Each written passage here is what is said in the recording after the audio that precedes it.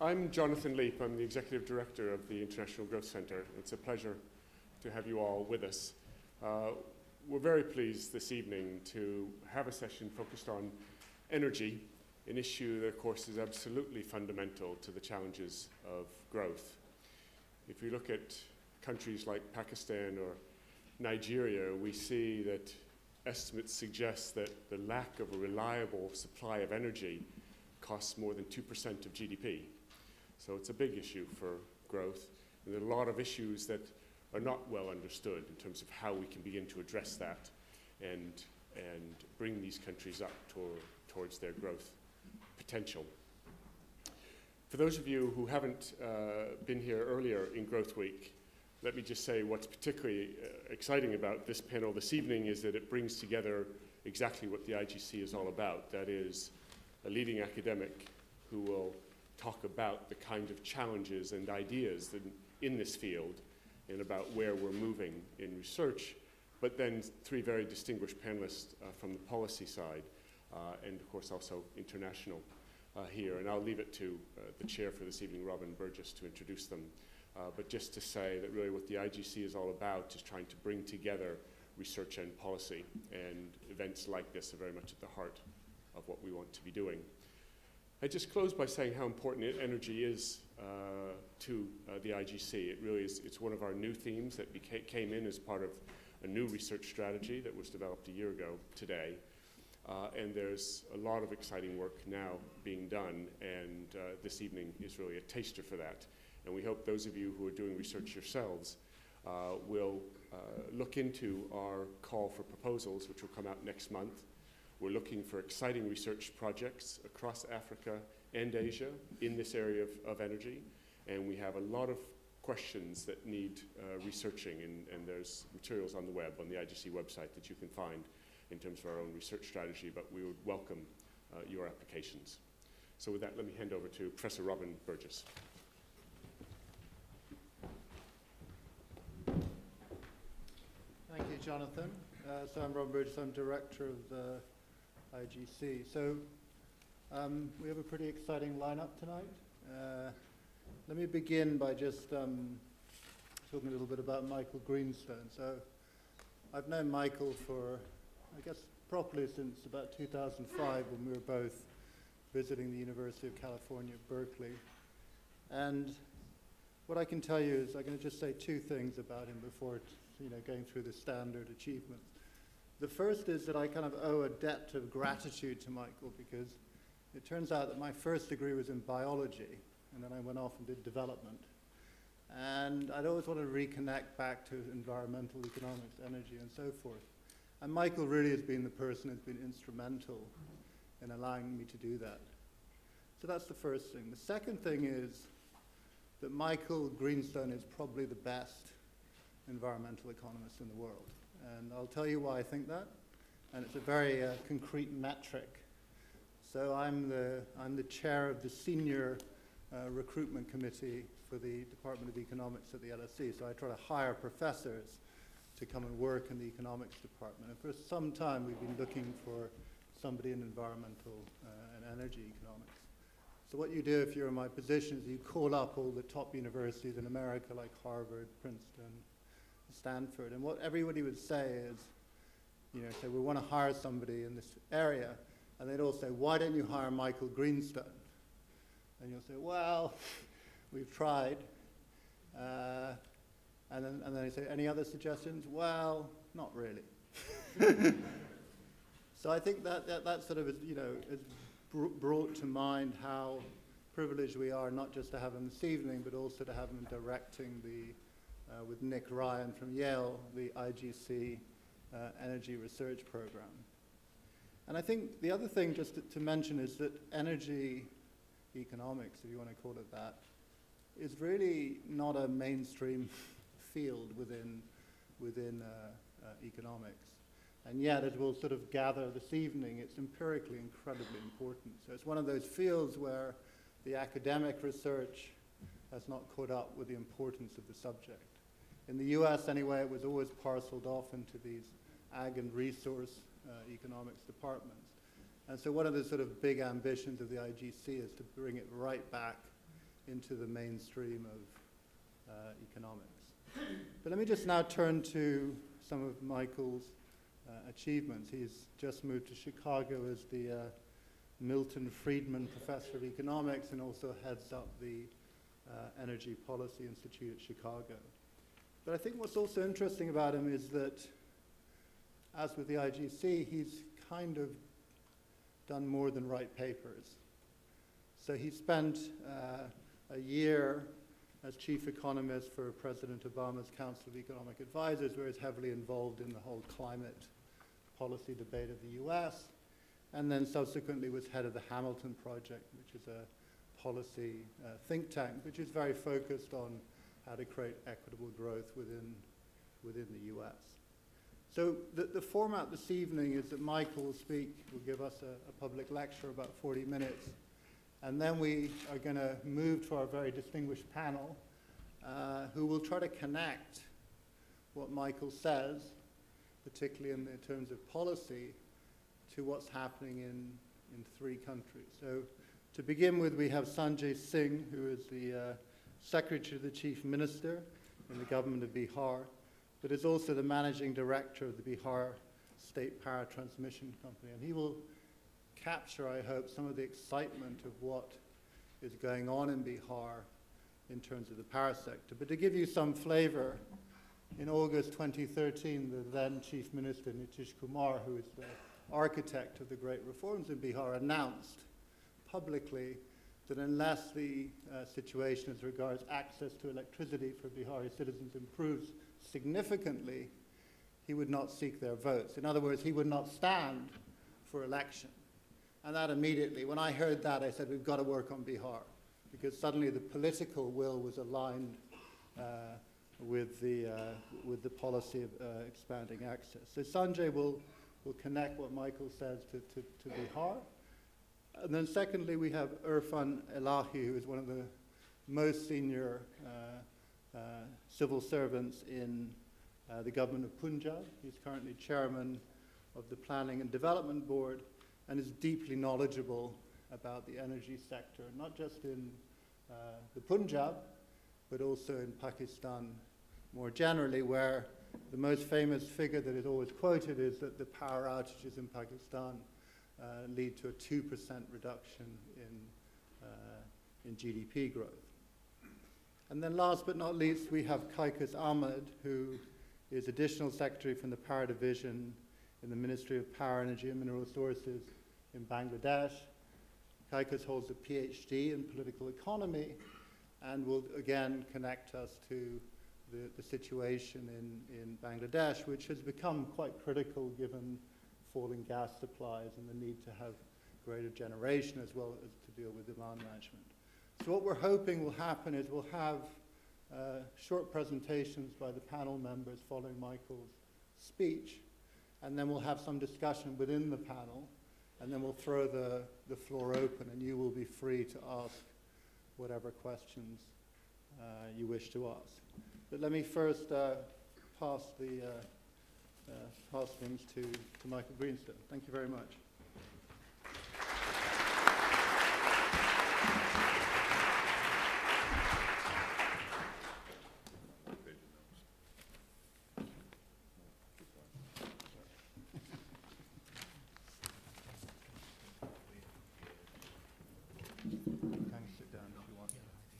Thank you, Robin, for such a generous introduction.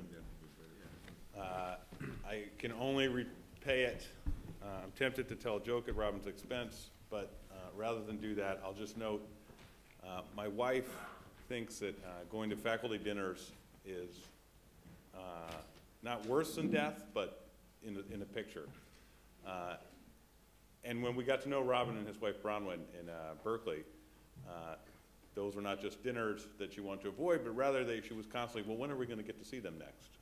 And so both Catherine and I feel very fondly about Robin and Bronwyn. Okay, and I also want to just say it is true that energy economics has not maybe been a mainstream field, but Nick Ryan and I are going to change that through the IGC. And so we'll start talking about that tonight. So this will work. Okay, excellent. So 7 facts about energy and growth and some policy implications. So I thought I would start with a picture following the idea that a picture is worth 1,000 words. So I've divided the things. So I like numbers. Pictures make me uncomfortable. But I do think pictures convey a lot of information, can convey a lot of information. And I think this one strangely captures most of the things that I want to try and get across tonight. So I'll start with, there's 4 things that I want you to be able, that you can see, that I want you to be able to see in this picture. The first is we got a guy riding a bike in a bike lane. This is in China. That's number 1.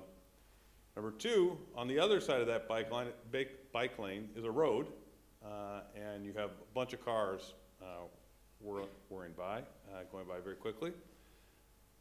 Although it's not really in the picture, you can see it wasn't really very long ago that there were bikes on the road part of that.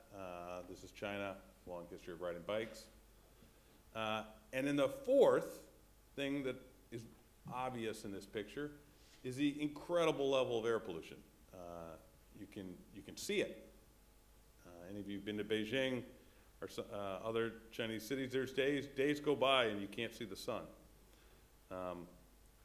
So those, and why is he wearing the mask? You know, and why is the air so polluted? It's got this particulates, air pollution. We'll talk about that, but it's very dangerous for human health. Okay, there's 2 things that I wanted to unpack from this picture that you can't see, but that I think are at least as important as the 4 things we could see.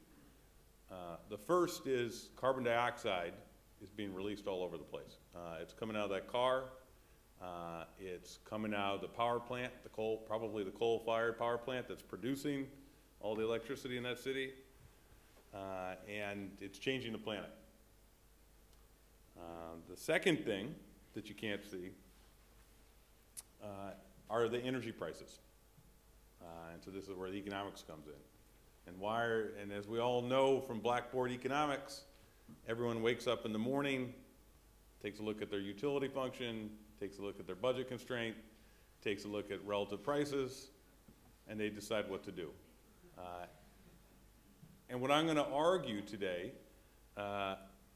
is that a lot of what you can see in this picture is a consequence of choices about energy prices.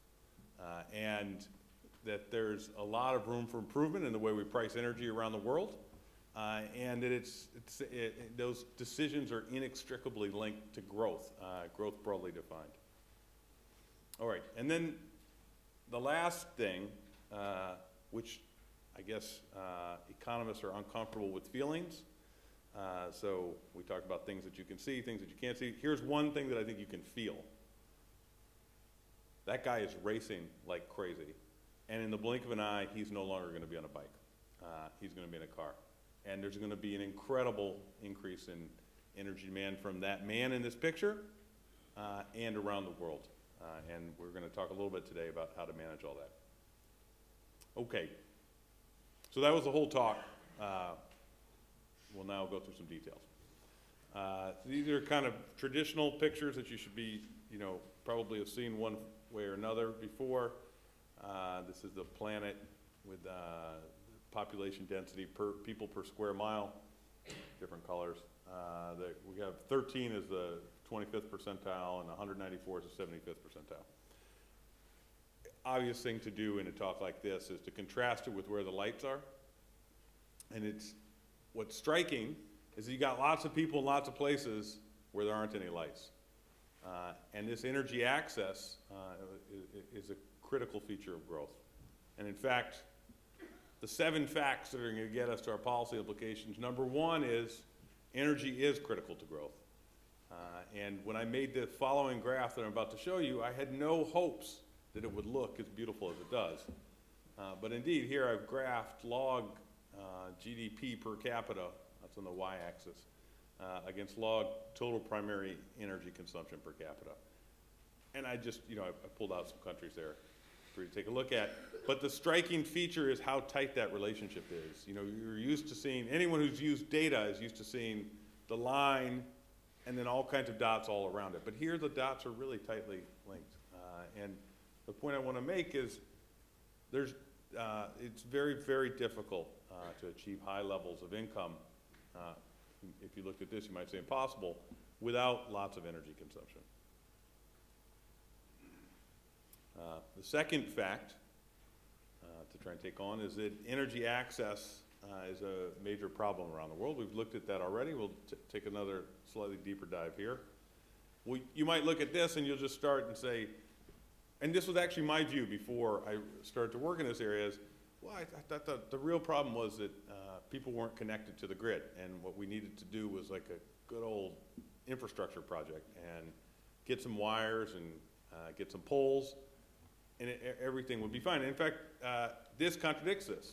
You know, not everywhere, but in lots of the world, many parts of the world, there are lines everywhere, and depending on how you count it, even in areas that have incredibly low levels of energy consumption, there's lines. And so the problem is not that there's not lines, although in some countries that is a problem. The problem is that people are not getting electricity off those lines. So the 25th percentile, this is ranking countries, you know, people only consume 860 kilowatt hours per year. So what is a kilowatt hour? Let's try and put that into focus here a little bit. So a 60-watt bulb that runs for 6 hours a day would consume about 131 kilowatt hours over the course of a full year. Now, I've just selectively put some countries up there, and it's shocking. So the United States per capita electricity consumption is about 13,246. This might be a year or two old. The United States has 312 million people. If you want to know China's electricity consumption, it's pretty easy. You just divide by 4, and that's about 3,000. Now, does that man on that bike want to stay there, or does he want to have more? I think the answer is that he would like to have more. And if you want to know India's per capita electricity consumption, you can divide by 4 again. So India's is about 1/16 of what it is in the United States. In Bihar, a state of 100 million people, we'll talk more about Bihar, average electricity consumption is about 122 per capita. So the average person has less than 1 bulb 6 hours a day. Perhaps not surprisingly, energy consumption is projected to grow rapidly in developing countries in the coming decades. Here's the percentage change in total energy consumption by OECD status. The blue line is OECD countries. You can see between now and 2040, maybe there'll be a 10% increase in energy consumption. In contrast, in the non-OECD countries, there'll be about a doubling in the next 30 years. So if you want to study energy, if you're interested in energy, if you're interested in, and we'll talk more about it later, if you're interested in climate change, there's nowhere to go but the developing countries. That's where all the action is. Okay, the fourth fact, fossil fuels are projected to provide most of the growth. So what are fossil fuels? You should think of them as coal, natural gas, petroleum, and they're the things that release, when they're through combustion, release carbon dioxide, which is causing climate change, and largely cause the particulates that are a source of human health that we'll talk more about. So why are we going to use fossil fuels going forward? Well, the first is another picture that you could look at for a long time. There's a whole lot of coal in the world. In fact, there's as much coal. There's coal further than the eye can see in this picture, and coal, it turns out, was an incredible invention in terms of finding an inexpensive way to produce electricity, and the world is just stocked with coal. The second is a technology that was introduced or discovered in the United States within the last decade. And it has not made its, there are reserves around the world, but it has not made its way around the world in the way that it has in the United States yet, but something called fracturing. And I put up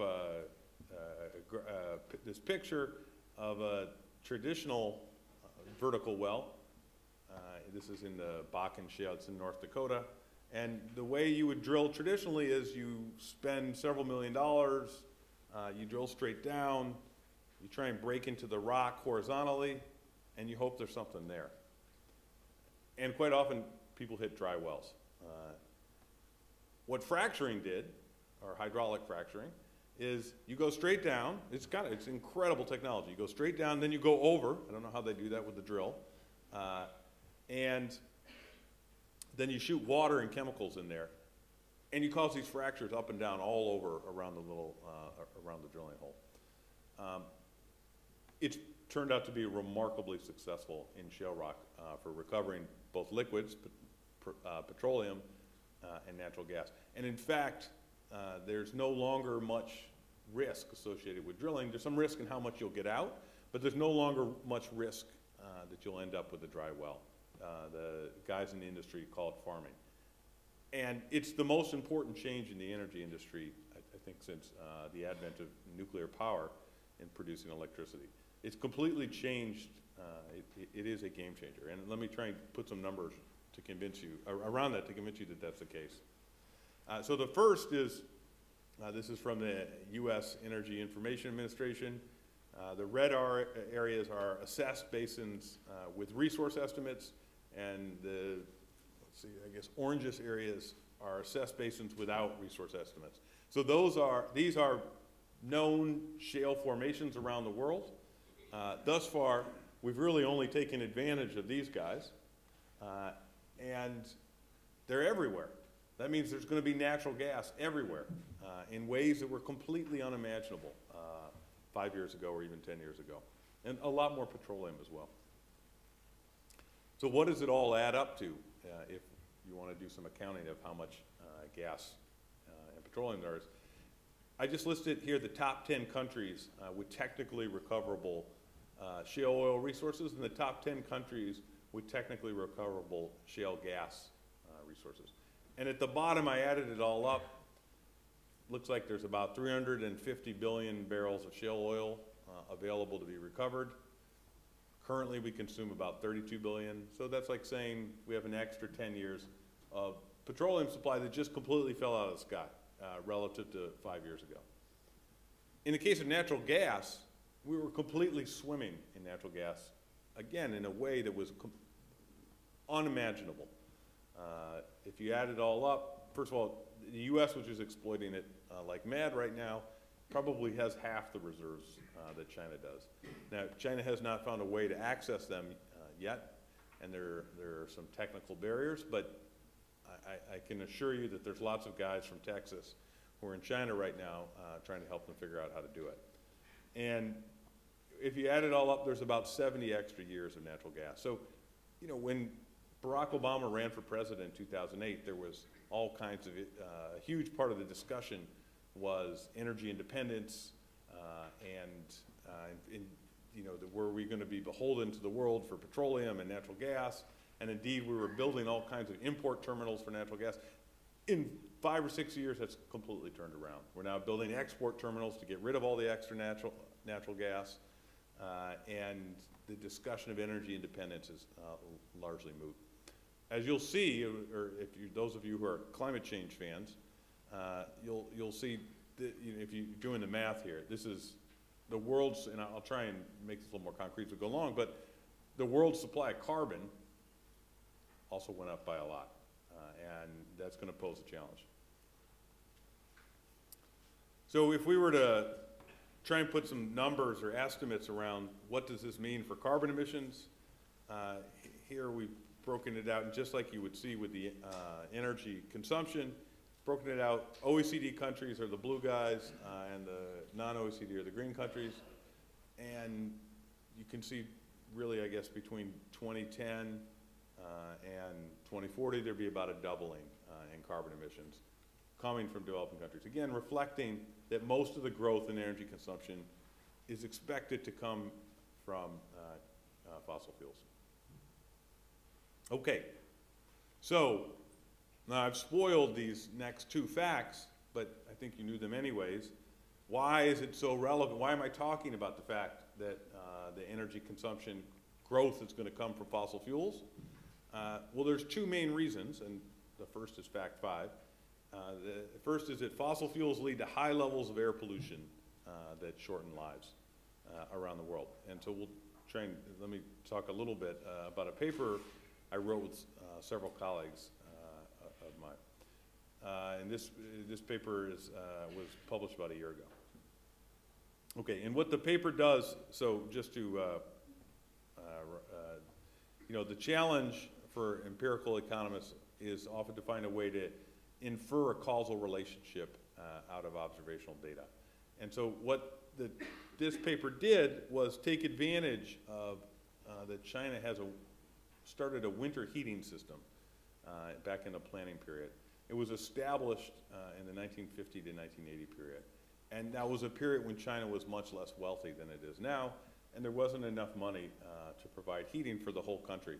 And so somewhat capriciously and arbitrarily, they drew a line across the middle of the country, which follows the Huai River. That's roughly the 0 degree line in January. Above it goes below 0 C, and below it, south of it doesn't in January. And what they did is they installed all kinds of boilers to provide heating. And they were all powered by coal. And that policy operates during winter from roughly November 15th to March 15th. In fact, the policy is still in place in many northern cities. The only thing that has changed is that in the south, it's no longer, heating is no longer forbidden, but for a long period of time it was forbidden. And indeed, I once gave a lecture in January or February in Chengdu, which is a southern city, but very near, it's south of the Huai River, but at the same time, very close to it. And all the students were wearing winter coats. There was no heating in the building. Okay, and the key thing again is that the coal for these boilers was heavily subsidized and most frequently provided for free. And so indeed you would have, here's pictures of residential chimneys. And the yellow line there is the Huai River. Again, places to the north were granted this free coal for their boilers for winter heating, and places to the south largely didn't have it. And the idea of this paper is to compare the life expectancies of people who live just to the north versus people who live just to the south. And the first finding, which is pretty dramatic, is that indeed there were very large differences in particulates concentrations to the north of the line versus to the south. The green bubbles are the northern cities, and you can count on the x-axis degrees north of the Huai River boundary latitude. And the blue ones are cities to the south. This is the kind of data that people empirical people are used to working with. It doesn't fit the line quite as perfectly as it did for GDP and energy, but nevertheless, one can see there's a very large jump right at the line. Now, this one was not quite as robust, but still there in the data. There's also an estimated change in life expectancy, and so what you can see is that as you're in the south and you're getting more and more north, it looks like life expectancy is starting to go up as you get close to it. And then all of a sudden there's a jump down right at the Huai River boundary. And that jump is worth about 5 years of life expectancy. What's important, again, this does not look exactly perfect, but what's important, or I think helps build the case for this, is all of that increase in excess mortality is coming through increases in cardiorespiratory causes of death, not non-cardiorespiratory. Okay. I've now switched on you from China to India, and I just want to highlight, why did I do that? Well, that's because air pollution in India, China's not the only country with air pollution problems. And here's a picture of India where there's very high levels of particulates concentrations as well. And in fact, one can, using satellite images, come up with estimates of global PM 2.5 concentrations. So that's just a form of particulates. In this case, red is bad. You can see the north of China. You can see the northern ring of India. And you can see other places in Asia with very high levels. You can also see high levels in Africa and parts of South America. What I wanted to try and make this risk concrete, I put together with some colleagues a couple numbers. So the first is, well, so how bad was that increase, that decrease in life expectancy in northern China? If you compare folks in northern China to southern China, they're losing in the process of losing about 2.5 billion life years. It's about 5 years per person. There's about 500 million people there. Now the levels are very high in the south too, so there's probably some impact on people in the south, but people in the north of China relative to people in the south are losing about 2.5 billion life years. We did a similar exercise for India as well. And there the idea was to just take those estimates from China and extrapolate them to India. And there the exercise was, suppose we brought every place in India that exceeds India's national ambient air quality standards, which are denoted right there, and brought them down to the level of national, so brought everyone into compliance with what India's standards were. If you did that, you would save about 2.1 billion life years. So these are not trivial figures. These are something as ubiquitous as the air, and what's in the air is drastically shortening the lives of many hundreds of millions of people, and it's a consequence of the energy choices we make. Okay. It's also worth, the second reason that I wanted to talk about fossil fuels and why the projected substantial increase in the consumption of fossil fuels pose a risk is that fossil fuels are causing climate change. Here's the mean temperature on the planet in 2013, or mean temperature change on the planet in 2013 relative to 1880. It's not completely visible, but you get the idea is that the red areas are having, I think, up to 2 degrees C change so far, and the yellow area is smaller. And it's understood that at the higher latitudes, there's going to be higher changes. If we wanted to go further out, here's the predicted change in global temperature based on 6 scenarios from the IPCC. The blue line is the median of those scenarios. And this is under different assumptions about the degree of climate, of CO2 mitigation that the world will engage in. But what's striking is the planet's going to get a whole lot hotter. I think anyone who's reading the accounts from New York and Climate Week, I think there might be some hope that there will be a climate change policy, but I don't think anyone should think that we're going to drastically bend this curve in the coming years. A different way to show this, which actually is a way that's a little bit easier for me to relate to, is rather than look at the global average, is to look at, well, how often are we going to get really hot days? And in this graph, the blue bars are the number of days that, here I'm looking at India, that India currently gets, that the average Indian gets in different temperature ranges. These are 3-degree wide temperature ranges. So the bottom one is less than 49, and then it goes 49 to 52, 52 to 54, et cetera, all the way up to greater than 97. And what you can see is that the median, the modal day for an Indian is the temperature somewhere between 79 and 81. And I want to be clear, when we look at that, that's the average of the high and the low. It's not just a high temperature. So that's already a pretty hot day.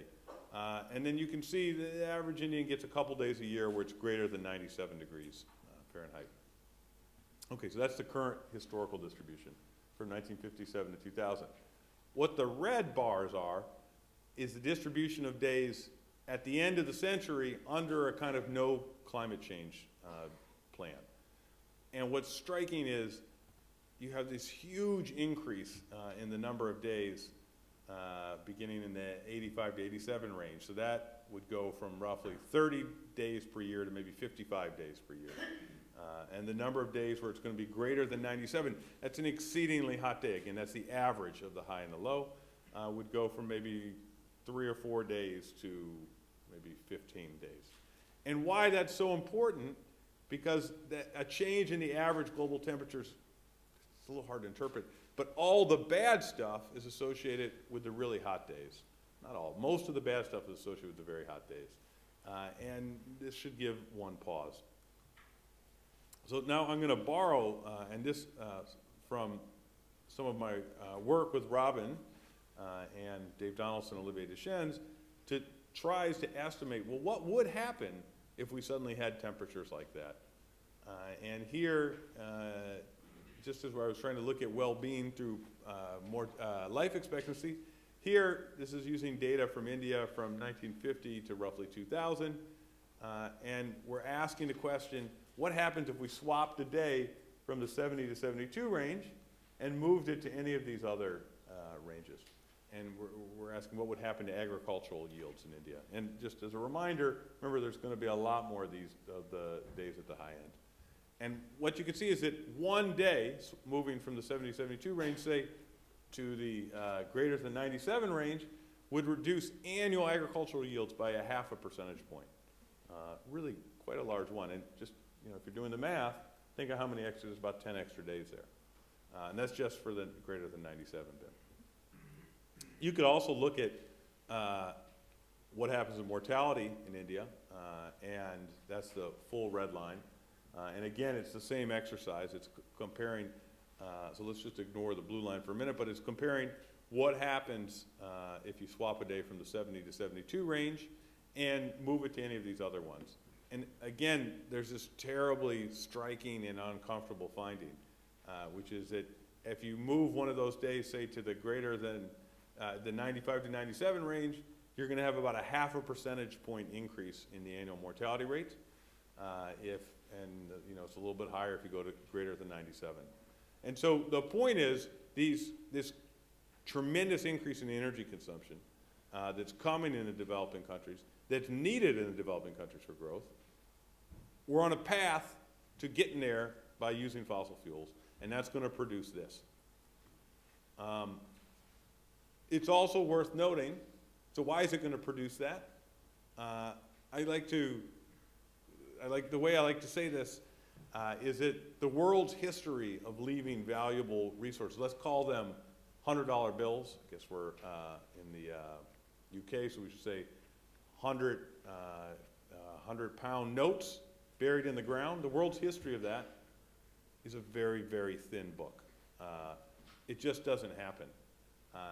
And if you want to know how much we have to leave in the ground, this is a back-of-the-envelope calculation. The height of this is gigatons of CO2. If the scientists are right and we shouldn't go above 2 degrees Celsius, then we can spend about 1,000 gigatons of CO2. We've already used some of that 1,000 already, but not a whole lot. And what's the problem? Well, the problem is we have 3,600 gigatons of that already, technically recoverable.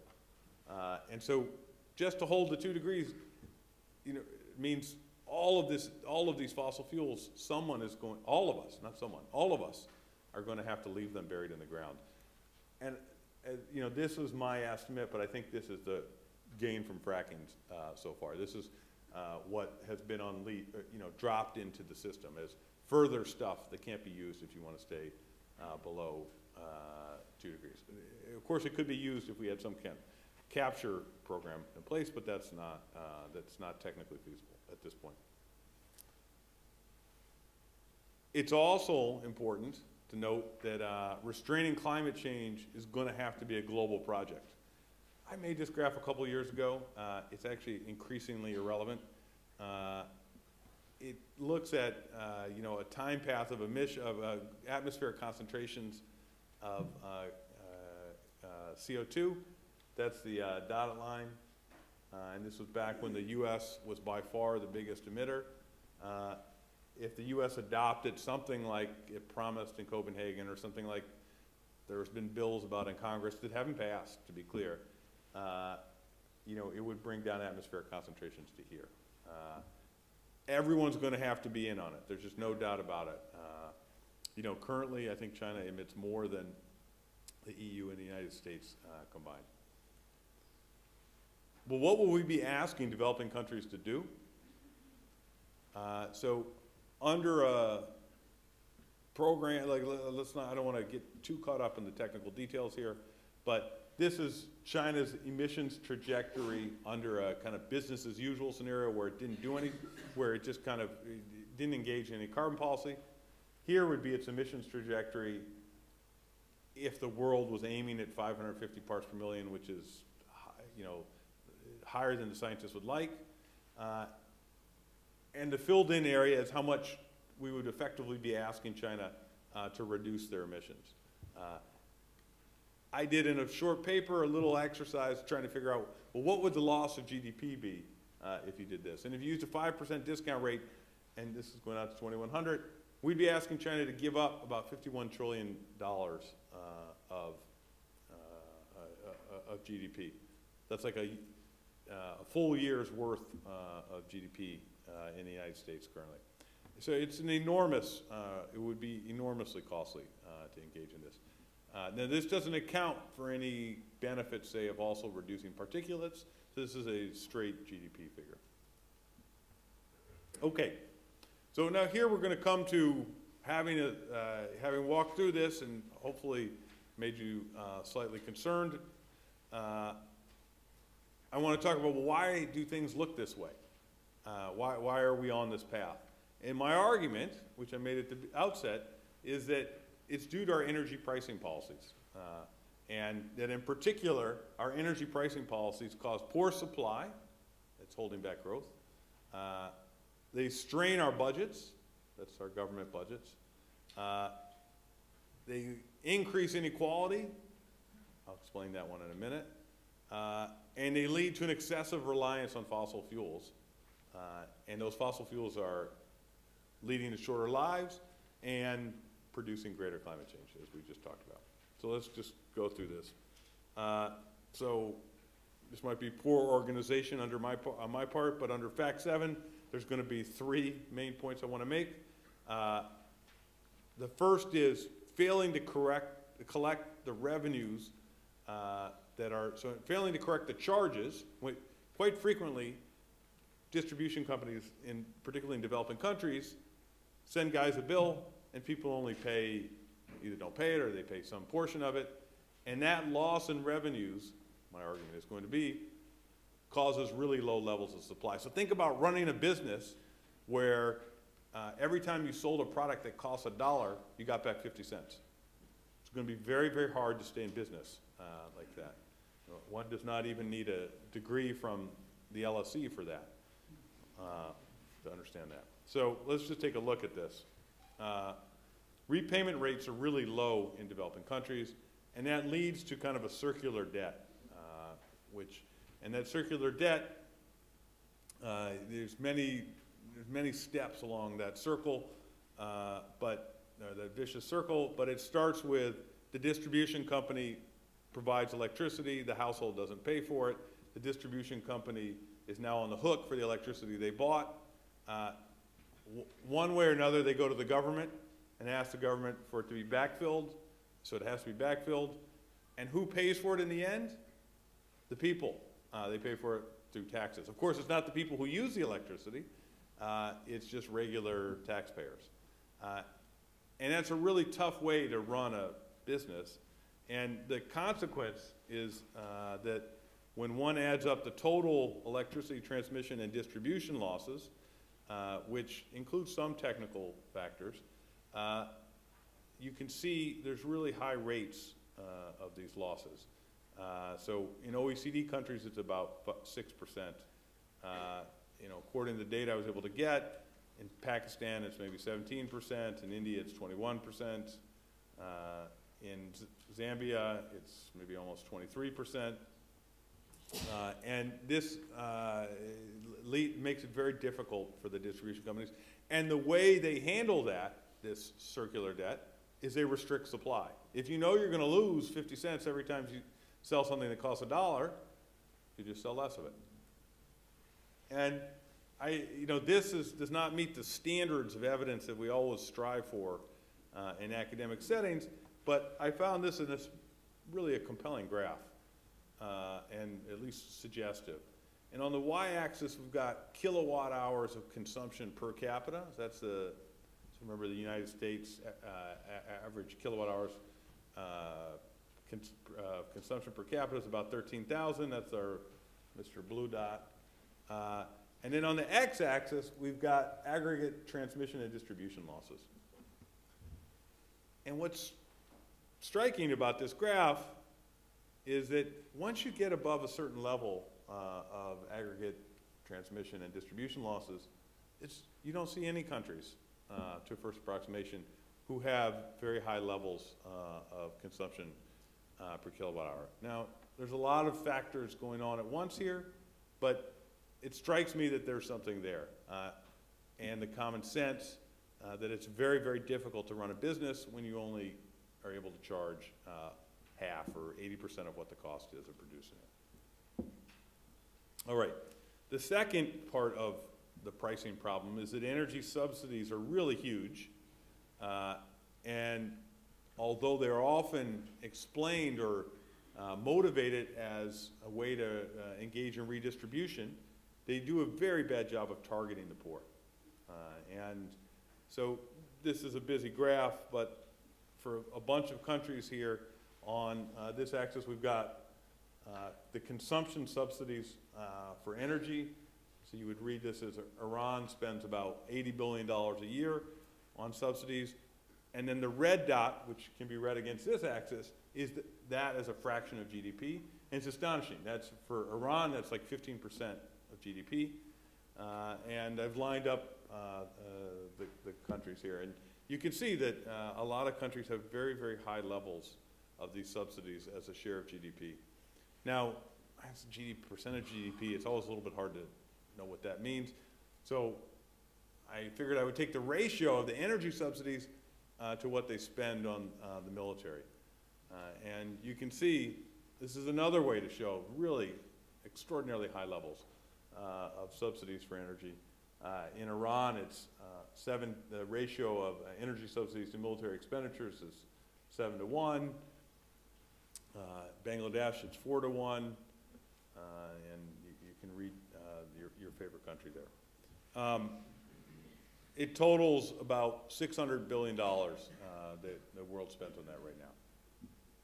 Now, how much of that actually makes it to the poor guys who are maybe not in the back of people's minds, but certainly on the public face of it are often the people who are touted as the guys who are going to benefit the most from this. And it turns out when you break it down by natural gas, only 6% of those subsidies make it to the to the lowest 20% income group, about 9% in electricity, and about 10% in gasoline.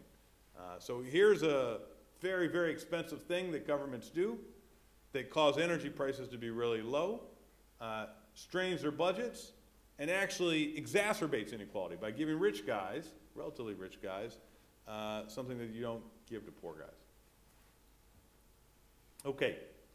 And then the third part of our energy pricing policies that poses a challenge and helps to, I think, create the problems that we are having is that we don't price pollution, and we don't, so let's call it air pollution, particulate pollution, and we don't price the climate damages associated with the release of CO2.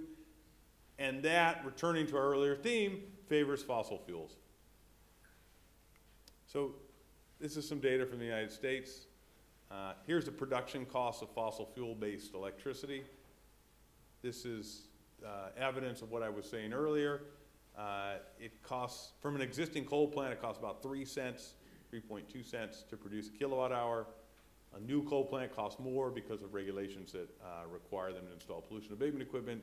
A new natural gas plant is about 5.5 cents. And then you get to the zero carbon or very low carbon and or particulate sources of energy. And you can see those are 2, 3, sometimes even 4 times as expensive. And so that's constantly pushing the world to choosing fossil fuels. Now, what would happen if we actually priced what economists like to call externalities, the particulates that comes from using fossil fuels and the changes in climate? You'd have a completely different picture.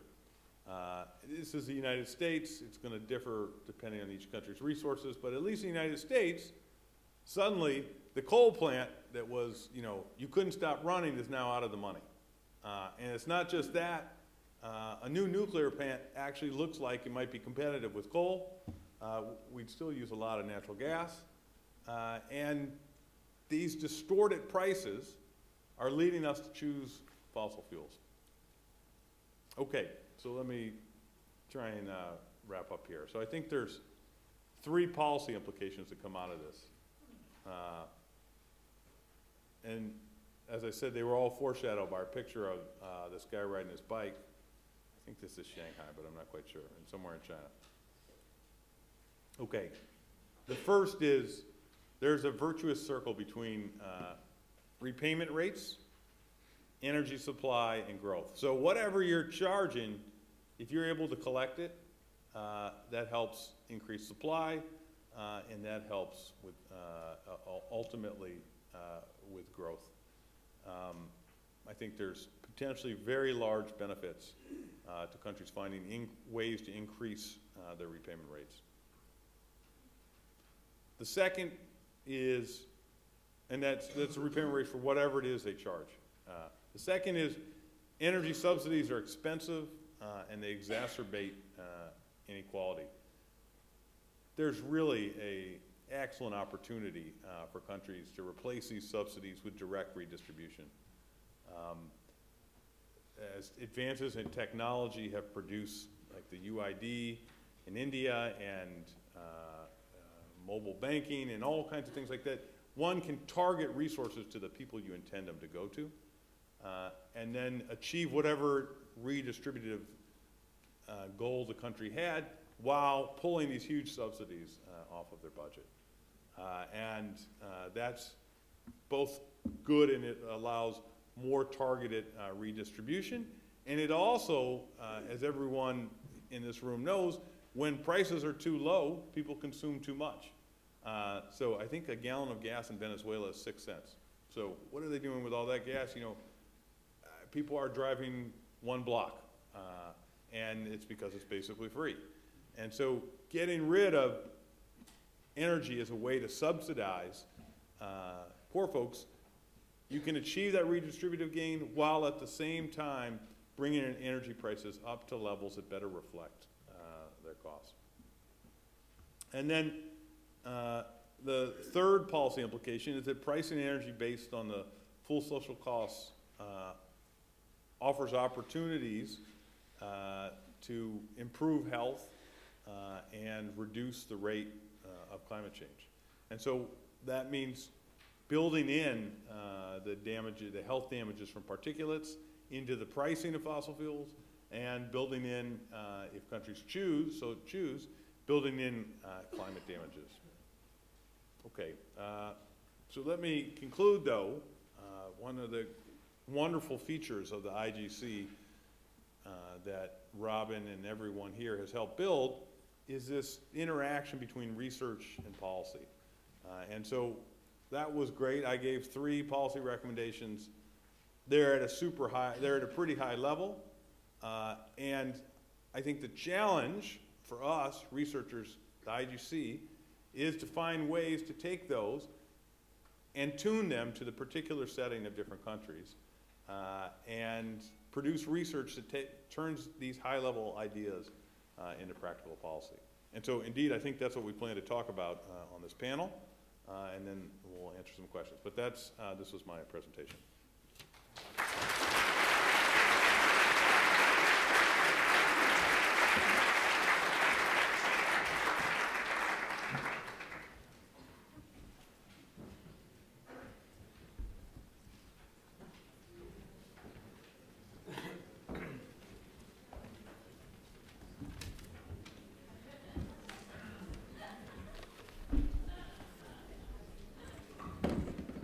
Okay. So what we're going to do is I want to make sure we have half an hour, and I want to make sure you guys get to ask some questions. So what I suggest that we do is, starting with Sanjay Singh from Bihar, if he can reflect on that challenge put forward by Michael of how these high-level policy suggestions might translate for Bihar, and try to restrict yourself to 5 minutes. So we'll get the panel's view, and then I will open immediately to the floor so that we have an open discussion. Because there's a tradition at the LSE that you need to make sure that people in the audience get some time to ask questions. So let's begin with Sanjay. Thank you. Unlike Professor Michael, who is a teacher in economics, I've been a student of economics, having done my master's from Delhi School of Economics, and landed by default into energy sector when the Honorable CM in 2013 put me into this energy sector to doing some work. So right now I'm basically a practicing energy economist, and I thank IGC for giving me this opportunity to have come here.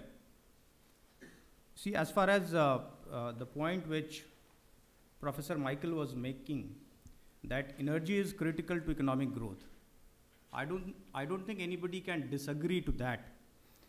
And Bihar is the best example to demonstrate this cause and effect relationship between energy and economic growth, energy and poverty. Bihar, with a per capita consumption of 122, as you saw in the table, which is one of the lowest, which is the lowest in India, also happens to be the most poor state in India. So that cause and effect relationship between energy and economic growth is quite clearly evident from that. Now coming to, he made a hypothesis that poor supply leads to poor recovery. In fact, when you are comparing poor supply and poor recovery, you were comparing only the developing countries. It would be interesting to see what is the trend in the developed countries. In fact, we in Bihar have started with a completely new philosophy. Poor recovery is because of poor supply. It is not that poor supply is because of poor recovery, but I put forth this proposition that poor recovery is because of poor supply. And I think once we improve the supply, the recovery also will improve. And when we compare the developing countries with the developed countries, you can clearly see that relationship. You improve the quality of supply, your repayment will automatically increase. It will improve. That was one point which I wanted to make. Quite often we start with this assumption in the energy sector that poor recovery leads to poor supply leading to again poor recovery. I think I don't agree with that. Coming to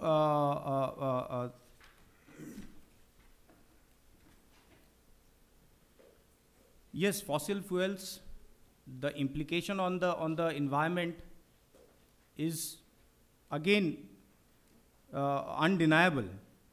But I have 2-3 points to make in this regard. In India, what we have is, we've started with this regulation of renewable power obligation. So every state has to have an obligation, minimum obligation of 30% of renewable power in its entire power portfolio. So that's one way of, increasing the renewable, the non-fossil fuels in this energy sector. When we talk about pricing for this pollution created implication on the environment, there is a question, on whom do you load this price? If you look at the map of India, it was the northern and the eastern part, which is basically you showed as the red area. This is the area which is actually generating electricity. The generating units are located in this area. Now, on whom do you load that price? do you load also on the area which is paying for it? That's a very important question. We'll have to, before we load this price, we'll have to answer that question also. In fact, in India, we are having this dilemma. The states which are located in the northern part of India, eastern part of India, they say that we are generating electricity at the cost of environment in our area, whereas the electricity which is being generated is used in the other part of the country. Therefore, how do we load that price? Yes, we have the developing countries, we do have the problem of access. A classic example is Bihar, where almost 40% of the households do not have access to electricity. We are trying to improve upon the situation. But here again we have a question. These are the areas which are far-flung areas. These are the areas which are inaccessible areas. And there is a question of public investment. These are the areas where until unless we come up with huge public investment in the energy sector in these areas, I think we may not be able to improve the connectivity in these areas. So when we talk about private and public investment, we should remember that these are the areas which require a huge public investment for bringing it up to the national or international level. I think to begin with, I would conclude my comments at this point. Thank you very much. Can we now turn to Irfan Elahi from Pakistan? Thank you very much, and thank you very much, Mr. Michael, for such a thought-provoking presentation here.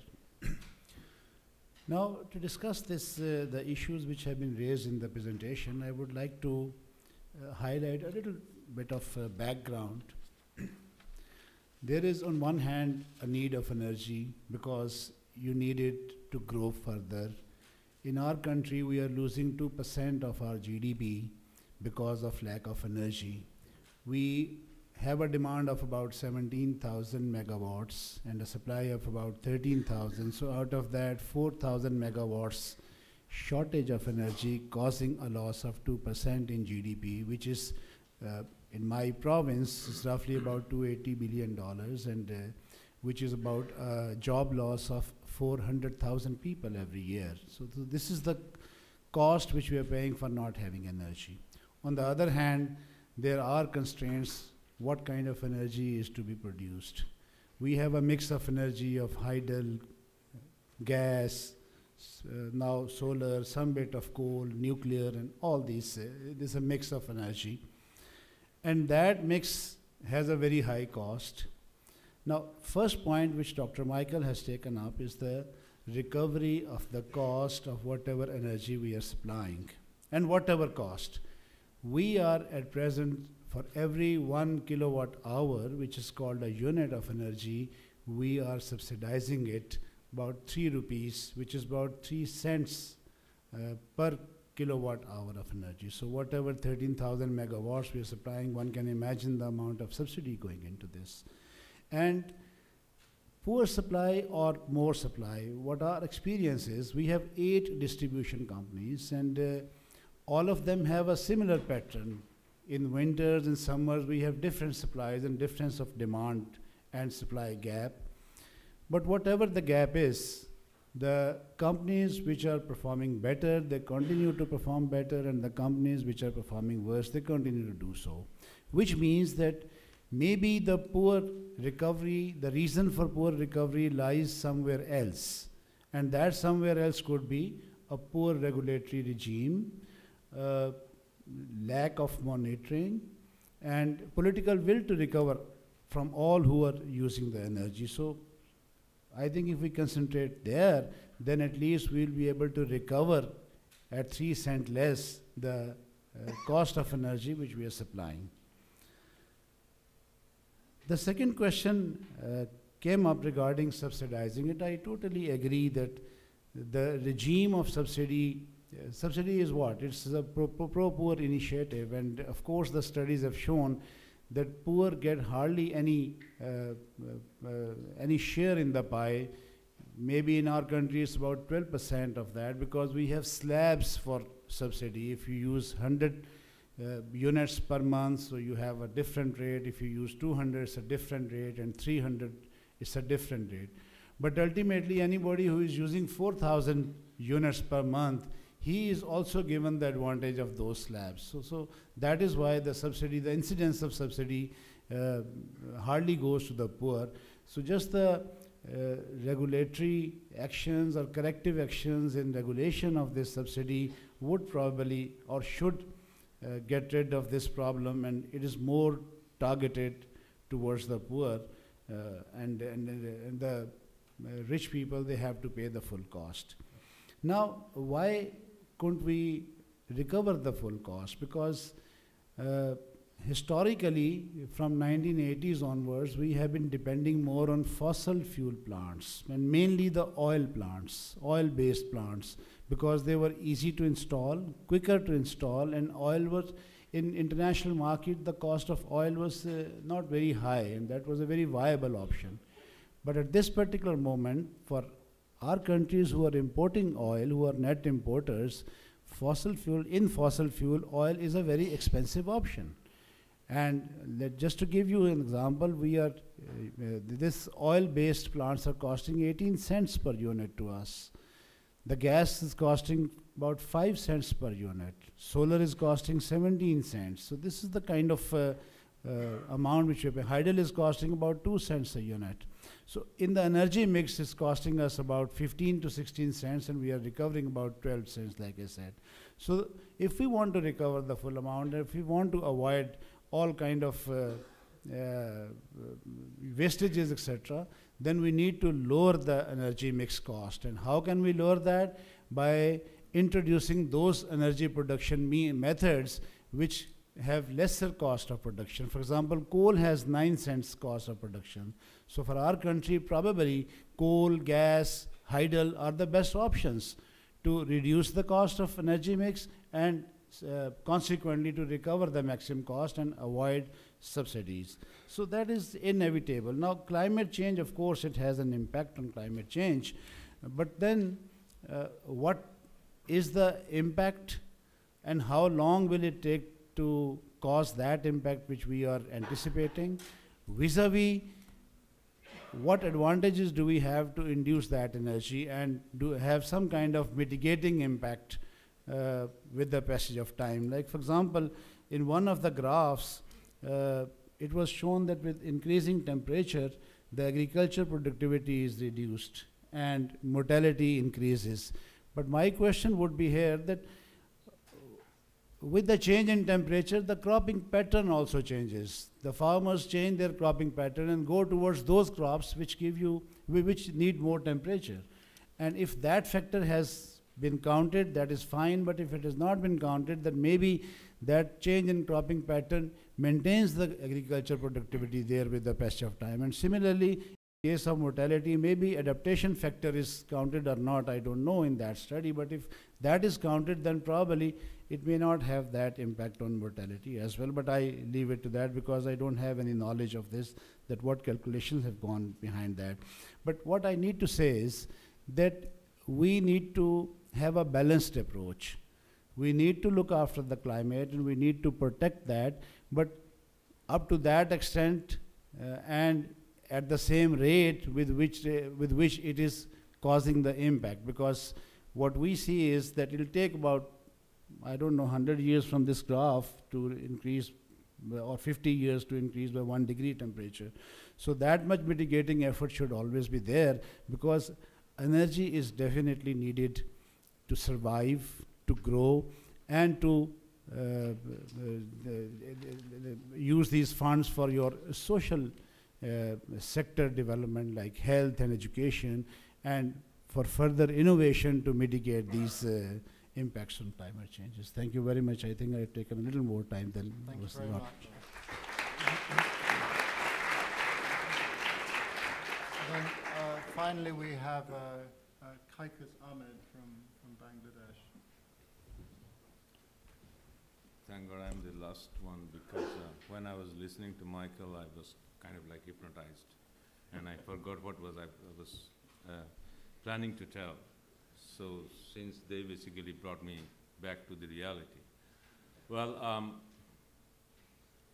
energy, if I give you a practical example, the need for energy is one of the, if I give you a very political answer in that, in a sense that, you see, we had a very farcical election, everybody knows.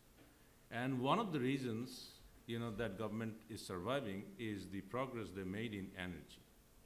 So I think energy is critical, and everybody understands its need, starting from like layman to up to the highest level. But again, as Michael raised, and who is getting the benefit.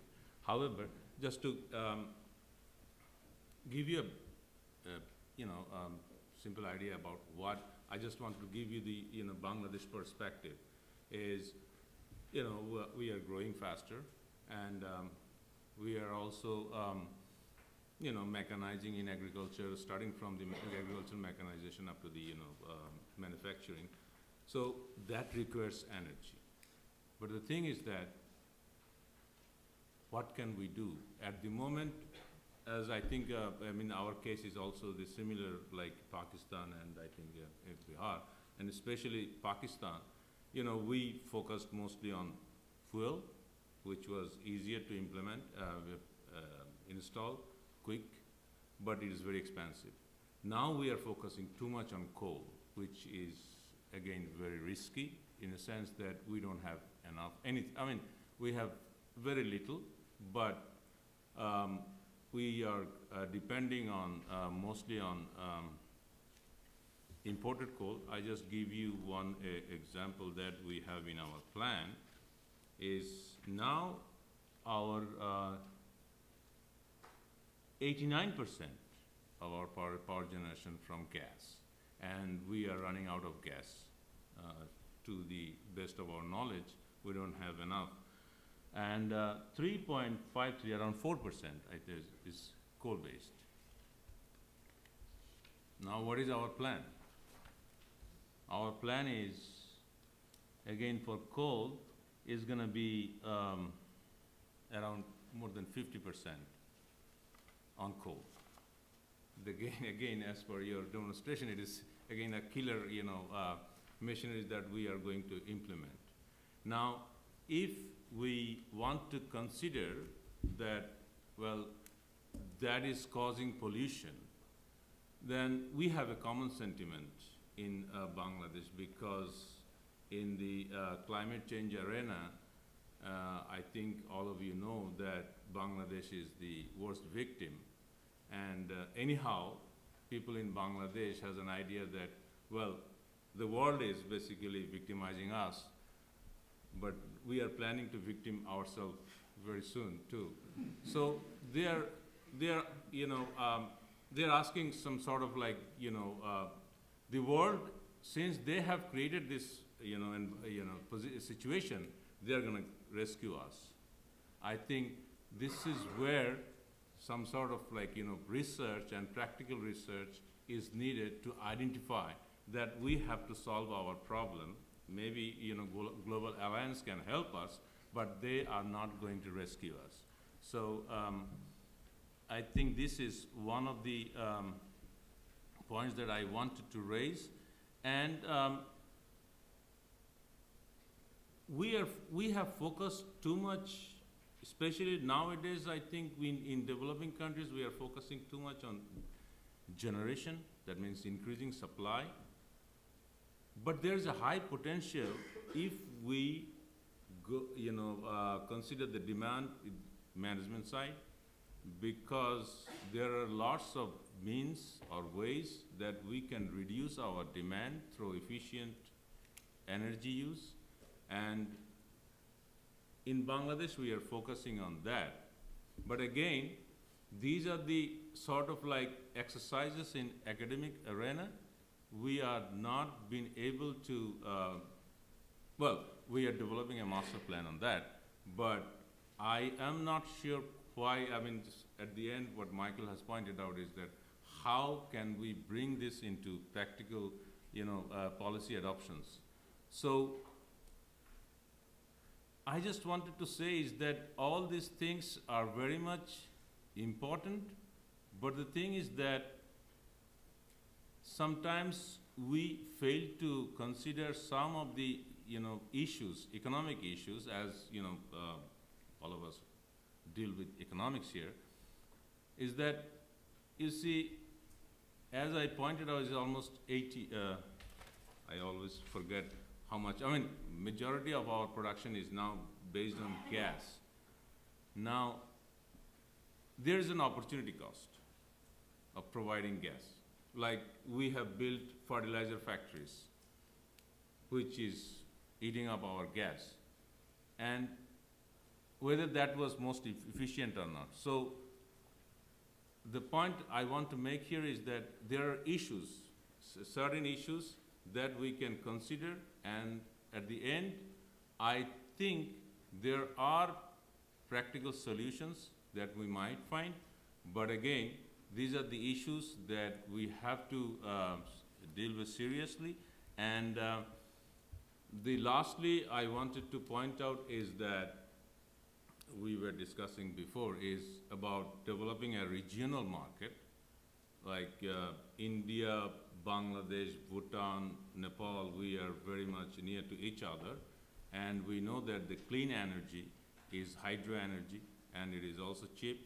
And Nepal and Bhutan has high potential, and their demand is quite low, and we are planning to import. And recently, actually, we proposed to Bhutan and Nepal that we are going to invest there, and they can satisfy their own demand, and also they can export the excess production to us.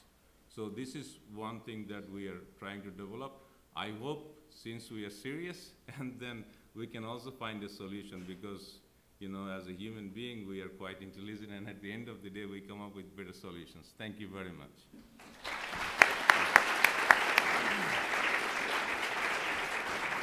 Okay, so in the interest of time efficiency, I'm going to put this out to the floor. So could you raise your hand if you want to ask a question? Fortunately, we're going to only have space for 3 questions, and then I'm going to give the last word to Michael. So first, the gentleman up on the aisle there. Could you say who you are before you, and wait for the mic? Thank you. I'm Shadrach Nyakun. I work as an energy economist for the UK National Grid. And I do have a contribution and then a question. There's every evidence of the very strong link between energy growth and economic growth and energy demand. But that is most often been overlooked by policymakers. And so what happens particularly, that when economic growth is kind of expanding,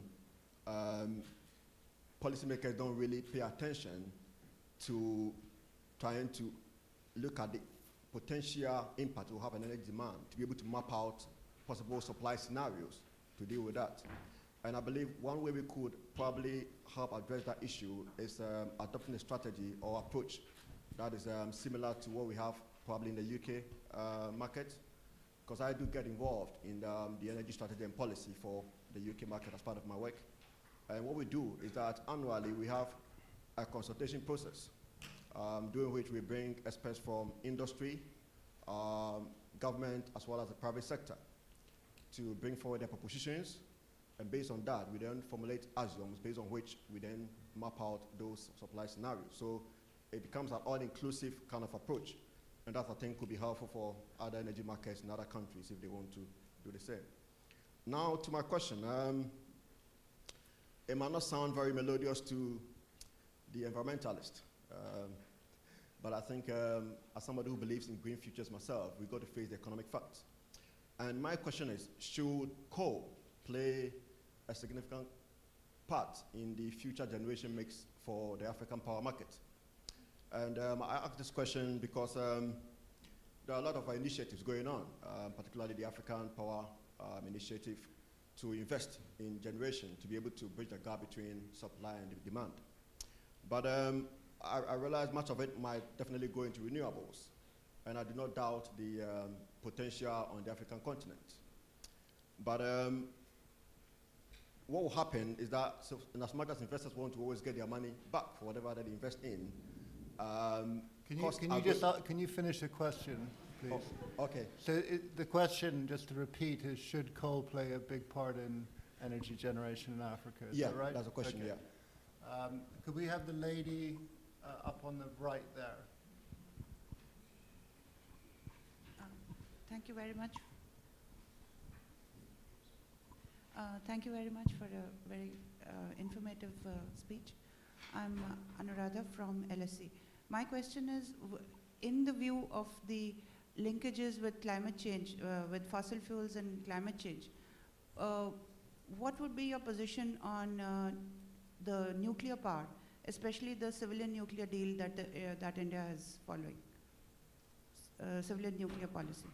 Okay, so this gentleman has kept his arm up all continuously for about 3 minutes. I think you get the last question. So this gentleman in the front. Still up. Thanks. I can't feel my arm anymore. I'm Kieran Stopforth from Sorry, Bloomberg. could you say who you are? Yeah, I'm Kieran Stopforth from Bloomberg New Energy Finance. I just wanted to raise a point about renewable energy. The cost of solar has fallen at least 50% since 2008. In many places around the world, rooftop solar competes with grid electricity prices. So we saw the cost chart. It's an evolving picture. And in some cases, although the cost of generation of coal is lower, for rooftop PV, you know, the cost of the electricity that you're buying from the grid, a solar panel on your roof can compete with the grid electricity price. For the world that doesn't have access to energy, distributed solar could be a cost competitive solution that doesn't rely on building out the grid. And there are a few companies like M-Copa and Azuri Technologies. So M-Copa has installed 80,000 solar home systems across East Africa. Azuri's at a similar level. So I think I would almost be tempted to add an eighth trend, recognizing this tremendous momentum of installations and cost of renewable energies. And you know, just to say that clean energy is actually one of the big trends that's going to be shaping the energy sector in the coming few years. Okay, so Michael, over to you for the final word from all the questions from the panel. So let me just say to the panel, you know, it's an honor to sit here with you guys. Robin and I study policy, you guys do policy, and I think we would both be excited to have opportunities to work with any of you going forward. So there's a couple questions. I think, should coal play a significant role? What is my position on nuclear? You know, I think what I tried to highlight is that all these different energy sources, and it's, you know, roughly the same question about renewables. All these different energy sources have different costs and benefits. You know, the advantage of coal is it can produce a kilowatt hour electricity very inexpensively. Its cost is that it comes bundled with these terrible health problems and climate change. Nuclear, you know, just 10 years ago, it looked like the world was breaking nuclear's way, and then everything went against it. The materials started, the cost of materials went up. Yeah. Fracking happened, completely knocked nuclear out of the game. So it's, you know, the problem with nuclear is that it's just not cost competitive. And then there is this excellent issue about renewables. And so, you know, this is a completely unfair response, and then I'll try and give a fair response. So the unfair response is that renewables are always 5 years away from being cost competitive. And you can shake your head, but it's true. At the end of the day, well, you had numbers from Pakistan, right? There's 16 cents a kilowatt hour, coal's 9 cents. At the end of the day, if we're going to do something about climate change, the fossil fuels have to get out of the money, I think. Or we have to start either by pricing the externalities like the health effects of the carbon, or the renewables have to become less expensive. I know there are some isolated instances where they appear to be doing, cost competitive. I think generically that's not the case. Just like what happened in nuclear is partially a function of fracking, I think that's also been a huge downside for renewables, is that the bar they have to jump over, or I guess it went up, not down. And I don't know what to say about that. So until we start to price these externalities, renewables are going to have a hard time. As I said, I think the advances in technical advances in fossil fuels are of equal note, maybe even greater note, than the advances in renewables in the last 5 years, noting the important declines in renewables. So these were all excellent questions, and I appreciate it. Okay, so I just want to close with just two very quick comments. Obviously, it's an honor to have Michael Greenstone lecture here, both on behalf of the IGC, but also on behalf of the LSE. But I also wanted to kind of reiterate what Michael was saying, which is that the hard work is being done by these gentlemen.